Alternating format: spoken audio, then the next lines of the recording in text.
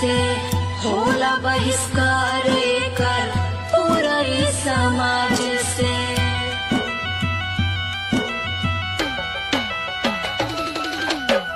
सीता दिहली सत्य के खातिर आंगने परीक्षा काहे नाही राम जे भी दिहले परीक्षा। राखेली सुहागिन नैहर ससुर के पगरिया भले मरद झाके जाके कोई गो दुहरिया। चाही सबके पति वार्ता में हरिया। चाही सबके पति वार्ता में हरिया। चाही सबके